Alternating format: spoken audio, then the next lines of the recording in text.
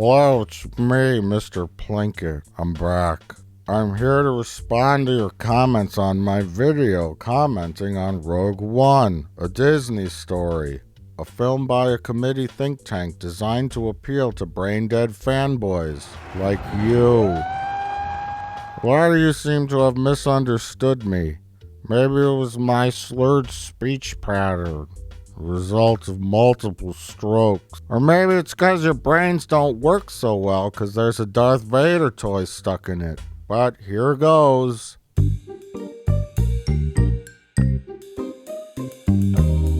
Let's talk about one of the more commented on subjects in my video, context. Here's what some of you said. This is just flawed thinking. 1. You really went into the movie hoping it would re-explain the Force and Darth Vader? Now to clarify, I didn't necessarily want them to explain to me what the Force was or who Darth Vader was, although that would have been nice because sometimes I forget things. The point was that without the context of the Star Wars universe, the movie would not have made it on its own merits. It's a terribly boring story about a group of people who are miserable and joyless, trying to do a thing to get a thing because a group of people have a thing. Again, if it were a movie on its own without sequels or prequels or a pre-established universe, it'd be the worst and most boringest movie ever. Sure, it'd have some great effects and some cool action scenes, but what doesn't these days? Oh yeah, and that context point is wonderful, Plinkett, because I'm sure Empire would have been just as good without the other two movies in the original trilogy. That was my best attempt at sarcasm. A secondary point that people are making is that yes, The Empire Strikes Back did not re-explain everything that was explained in A New Hope, but it did recap some stuff. Its energy surrounds us and binds us. Luminous beings are we, not this crude matter. Well, there's a price on my head. If I don't pay off Jabba the Hutt, I'm a dead man. Most sequels do throw in a line or two that recap the previous film. Fred Krueger, he's a town legend. He was a child killer freed on a technicality. Even though you can assume that most of your audience probably saw the previous film or films, although some may have not. There are many examples of this. We sat down there on company orders to get this thing, which destroyed my crew. Creatures. Yes, well, at least they start out as these small furry animals, and then what happens is they eat after midnight. They metamorphose, and they form these cocoons. Peltzer, you're having a psychotic episode. After all we did for this city? Yeah. I conjured up a 100-foot marshmallow man, threw the top 3 floors off an uptown high-rise, ended up getting sued by every state, county, and city agency in New York. Bring back the black box, and you will receive a full pardon for every immoral act you have ever committed in the United States. Sounds familiar. But while technically speaking this was a prequel of sorts, it was called A Star Wars Story. It seems like it would be a standalone film. Where's the story? Next, let's talk about my scene comparison segment. A lot of you shared this genius thought. So, the characters are bad because they are not talking in the middle of a battle. Sorry, it's not Naruto? Naruto? What the fuck is Naruto? Is that some kind of spicy noodle? Oh no, because noodles give me gas. The spicy Chinese noodles usually come out of my butthole like a Play-Doh factory. Usually just seconds after I eat it. Is that why they call it Panda Express? Anyway, hey Mini Einstein.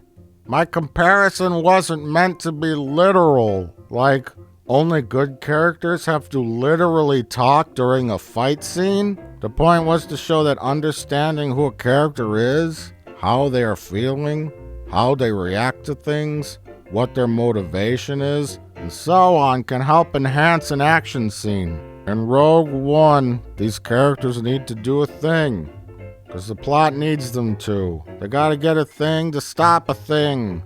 They gotta stop the Death Star because we know that it's bad. Who wrote this, a 5th grader? They're also unstoppable action machines. Like that lady from the Resident Evil films.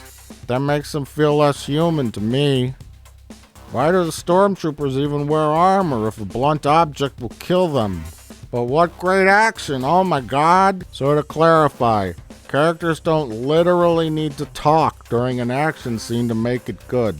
I could probably list 20 different ways they could have made this a fun action scene. And finally, point 3. The Force Awakens had good characters. Now that is funny. I don't think Rogue One was amazing, but the ending space battle made up for the rest of it. Oh my god, I love space battles with X-Wings! Fuck me. IMO. Rogue One ticks all 3 boxes. I cared about the characters, I was invested in the story, and it had a lot of emotion at the end. I made a point to mention that The Force Awakens got a check mark for characters. That's not to say that they are great characters, or that they could even pass my character test. But I, at the very least, understood them in the film's story from an emotional perspective. Rey longed for her family to return and got caught up in this adventure. She discovered she's got some kind of magical powers, and then transformed into a girl on a quest at the end. Finn was a bumbling guy who tried to do what's right. He knew he didn't agree with the Empire's murderous philosophy, so he ran away. But he was uncertain of where he stood. He was a little cowardly, and then discovered himself a little at the end. And lastly, Kylo Ren also struggled emotionally. He wanted to be a badass and evil, but he wasn't quite there yet.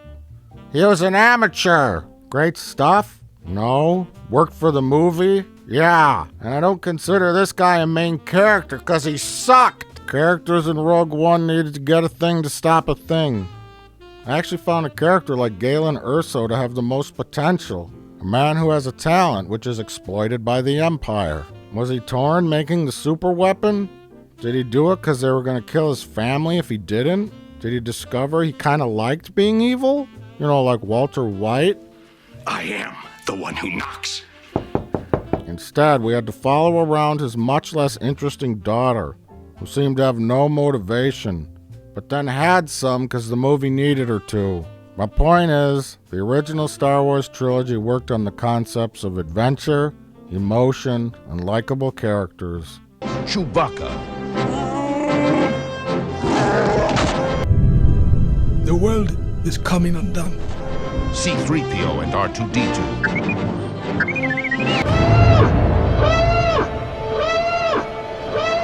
The continuing story of our band of heroes.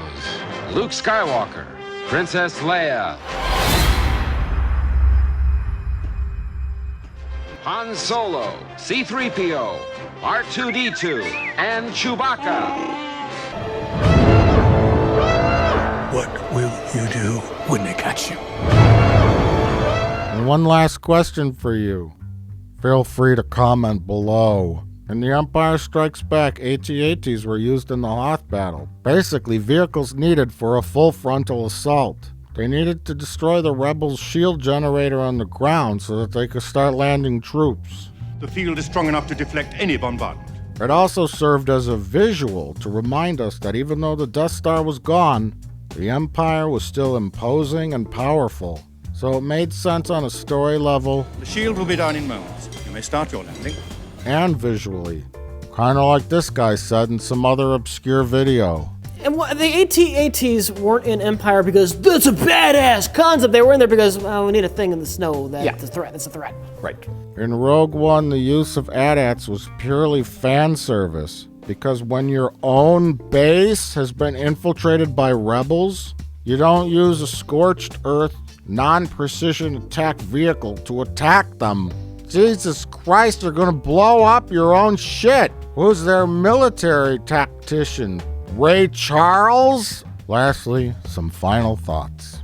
You missed the point that the movie was made as a part of a story, rather than a whole. It does not work as a standalone.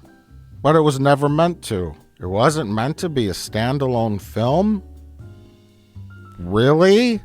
I consider this movie to be more of a documentary about how the Alliance stole the plans.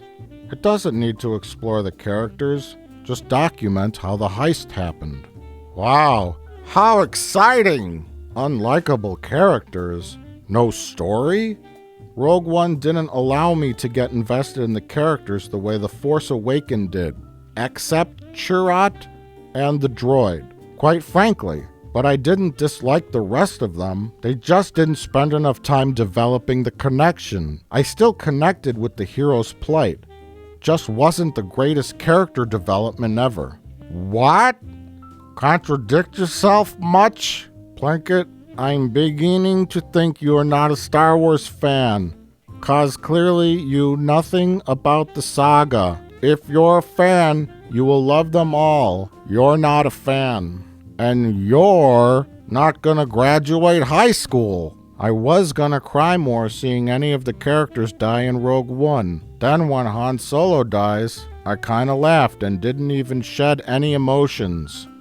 Guess if you shed an emotion, then you're not really having one. I think you're completely wrong. IDK, brah. I can't believe he felt there were good parts to TFA.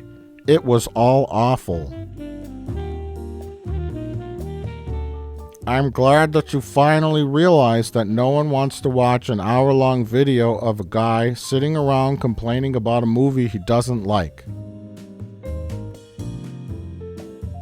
Motherfuckers talk as much shit about the characters, but G crazy over Boba Fett, when he was hardly in the OG trilogy and had like 4 lines. Oh, did I ever go crazy over Boba Fett? I don't think I did. I hope they make more Rogue One video. I just did. That's all for now. Feel free to comment below. Plinkett out. R.I.P. Carrie Fisher.